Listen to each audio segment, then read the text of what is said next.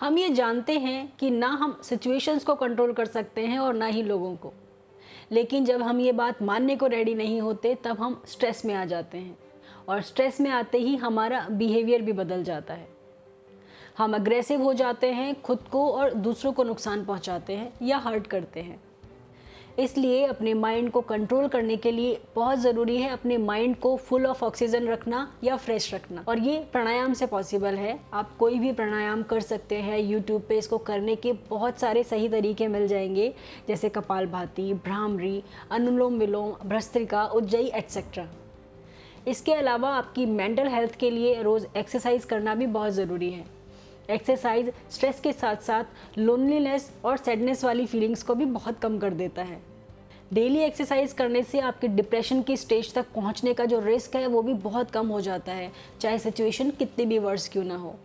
Research के दौरान ये भी पता चला है कि 15 मिनट की रनिंग या 1 घंटे की वॉकिंग से भी माइंड में बहुत क्लैरिटी आती है और मेजर डिप्रेशन का जो रिस्क है वो भी बहुत हद तक कम हो जाता है। एक्सरसाइज से प्रोड्यूस होने वाले एंडोर्फिन्स आपको रिलैक्स करते हैं, प्लेजर फील कराते हैं और पेन किलर का काम करते हैं। आपके मूड एनहेंसमेंट और हैप्पीनेस के लिए रिस्पॉन्सिबल है। आप एक्सरसाइज के लिए कोई भी ऑप्शन ले सकते हैं, चाहे तो फ्लोर एक्सरसाइज करें, कार्डियो करें, डांस करें, योगा करें, रनिंग करें और एटलीस्ट वॉक तो करें। ऑप्शंस आप अपनी सहूलियत के हिसाब से चुन सकते हैं, लेकिन कोई भी एक करना कंपलसरी है अगर आप वाकई में अपनी हेल्प करना चाहते हैं तो। चलिए अब बात करते हैं बेस्ट मॉर्निंग रूटीन की, जिसमें सबसे पहले तो ये जान लीजिए कि एक्चुअल में सुबह जल्दी उठना बेस्ट है। ये ना केवल आपको नेचर से कनेक्ट करता है बल्कि आपकी प्रोडक्टिविटी भी बहुत इंक्रीज कर देता है। रात को सोते वक्त आपकी मसल्स स्टिफ हो जाती हैं, इसलिए सुबह उठकर उन्हें लूजन अप करना और स्ट्रेच करना बहुत ज़रूरी है। सुबह उठने के कम से कम 1 से 2 घंटे तक अपना मोबाइल, टीवी या कोई और गैजेट ना छुएं। सबसे पहले पेड़ पौधे या घर में रखे हुए प्लांट्स के पास खड़े हो जाएं और खुद से खुलकर एक बार गुड मॉर्निंग कहें और आज के दिन का स्वागत करें। उठते ही चाय या कॉफ़ी पीने से अच्छा है एक गिलास ल्यूक वार्म वाटर लें और फिर योगा, एक्सरसाइज, प्राणायाम करें और फिर मेडिटेशन, चाहे 5 मिनट या 10 मिनट या जितना आप कर सकते हैं, लेकिन ज़रूर करें।